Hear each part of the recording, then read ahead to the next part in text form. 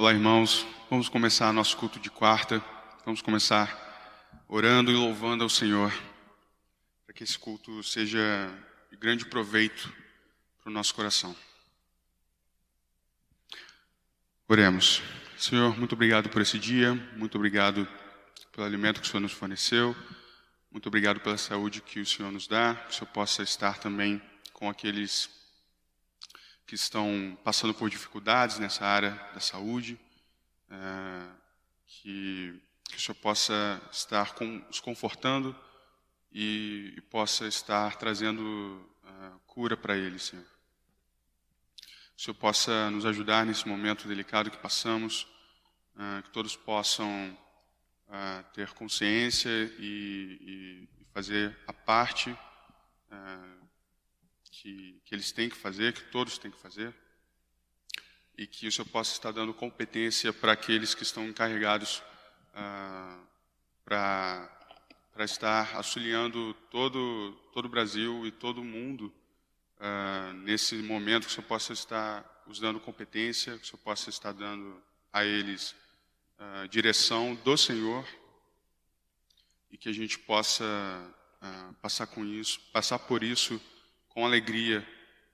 É difícil, sabemos, mas a nossa alegria está em Ti, Senhor. Muito obrigado por tudo. Que o Senhor possa fazer com que a reflexão deste culto seja muito proveitosa e que a gente possa sair daqui edificado, Senhor. Muito obrigado por tudo. Em nome de Jesus que eu oro e agradeço. Amém. Vamos louvar.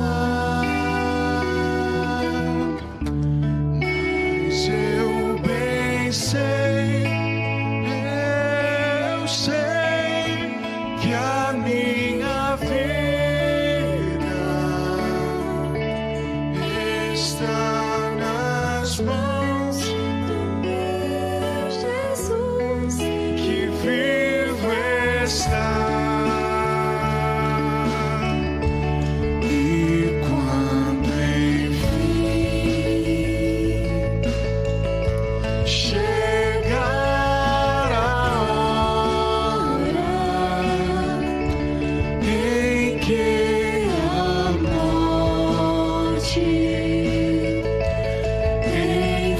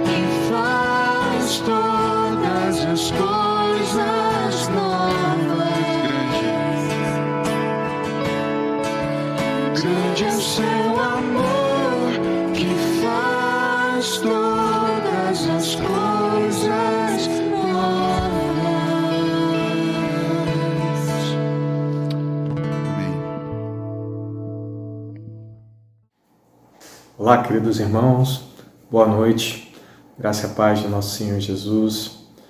É sempre uma alegria muito grande poder estar aqui nesse tempo de culto de oração, às quartas-feiras, sempre muito edificante para a minha vida. Hoje nós daremos continuidade ao estudo do livro Crescimento Espiritual, do pastor Jerry Bridges. observando o capítulo 6 desse livro. Ele tem por título A Chave da Transformação. Para iniciar o nosso tempo aqui, eu gostaria de chamar a sua atenção sobre como é possível, e até em certo ponto comum, que duas pessoas vivenciem a mesma experiência e tenham visões distintas sobre essa situação. De maneira cultural, nós podemos observar que há grandes diferenças sobre a forma como nós, latinos, enxergamos as coisas e como os orientais, por exemplo, enxergam diferente. Um exemplo disso seria quando nós temos um compromisso, normalmente nos planejamos para chegar cedo, né? E ao fazer isso, sempre escolhemos o melhor lugar. Então, em um estacionamento, por exemplo, normalmente estacionaríamos o nosso carro na vaga mais próxima possível do nosso destino. Na cultura japonesa, a ação que teríamos nesse caso não seria a mais adequada. O entendimento aqui é que deveríamos estacionar distantes, deixando a vaga mais próxima para alguém que pode chegar atrasado ou próximo do horário desse compromisso e que assim teria uma necessidade maior de estacionar mais próximo para ganhar tempo, para poder chegar naquele compromisso no menor tempo possível. Esse é um exemplo de mesma situação com atitudes e visões diferentes. Essa forma diferente de entender e de ver as coisas é o que o autor, nesse capítulo, chama de convicções. E nós comumente conhecemos como cosmovisão. James Sire, no livro Dando Nome ao Elefante, ele traz uma definição bem interessante sobre cosmovisão. Ele diz: cosmovisão é um compromisso, uma orientação fundamental do coração, que pode ser expresso como uma história ou um conjunto de pressuposições que sustentamos sobre a constituição básica de realidade e que fornece o fundamento no qual vivemos, nos movemos e existimos. Vimos então que cosmovisão é a estrutura de entendimento de realidade que utilizamos para enxergar o mundo e assim agirmos. Todos nós temos convicções, como o autor chama no livro, e elas podem ser boas ou más. Nesse sentido, é importante que tenhamos convicções fundamentadas nas Escrituras. Como então fazemos isso? O autor vai nos indicar o estudo de Romanos 12, 2. Por favor, leia comigo esse trecho das Escrituras. Diz assim: E não vos amoldeis ao esquema deste mundo, mas sede transformados pela renovação da vossa mente, para que experimenteis qual seja a boa, agradável e perfeita vontade de Deus. Observando esse versículo, vemos que o apóstolo Paulo fez um contraste entre o amoldar-se ao esquema deste mundo e ser transformado pela renovação da nossa mente. Ou seja, são situações distintas e opostas. Dessa forma, ele sinaliza que só há duas alternativas. Ou as nossas convicções e valores virão da sociedade que nos rodeia, o mundo, por assim dizer, né? Ou virão à medida que a nossa mente for renovada pela palavra de Deus. Nesse sentido, não há uma terceira opção. Com base nisso, nós podemos entender que, enquanto estivermos aqui neste mundo, estamos sendo influenciados ou pela sociedade pecadora ou pela palavra de Deus. o autor vai nos dizer que, como crentes, provavelmente estamos sendo influenciados tanto pela sociedade pecadora como pela palavra de Deus. Obviamente, quanto mais somos influenciados pela sociedade, mais distante estamos do nosso objetivo de semelhança com Cristo. E quanto mais somos influenciados pela palavra de Deus, mais próximos estamos dele. O que poderia dizer se estamos próximos ou distantes do nosso objetivo? O Salmo 1, no versículo 1 e 2, nos ajuda com essa pergunta. Por favor, leia comigo o Salmo 1, versículo 1 e 2. Diz assim: Bem-aventurado aquele que não anda no conselho dos ímpios, não se detém no caminho dos pecadores, nem se assenta na roda dos zombadores. Pelo contrário, seu prazer está na lei do Senhor, e na sua lei medita dia e noite. A nossa atitude para com a palavra de Deus e o tempo que nós passamos pensando sobre ela é uma maneira bem precisa de identificarmos como estamos com relação ao nosso objetivo.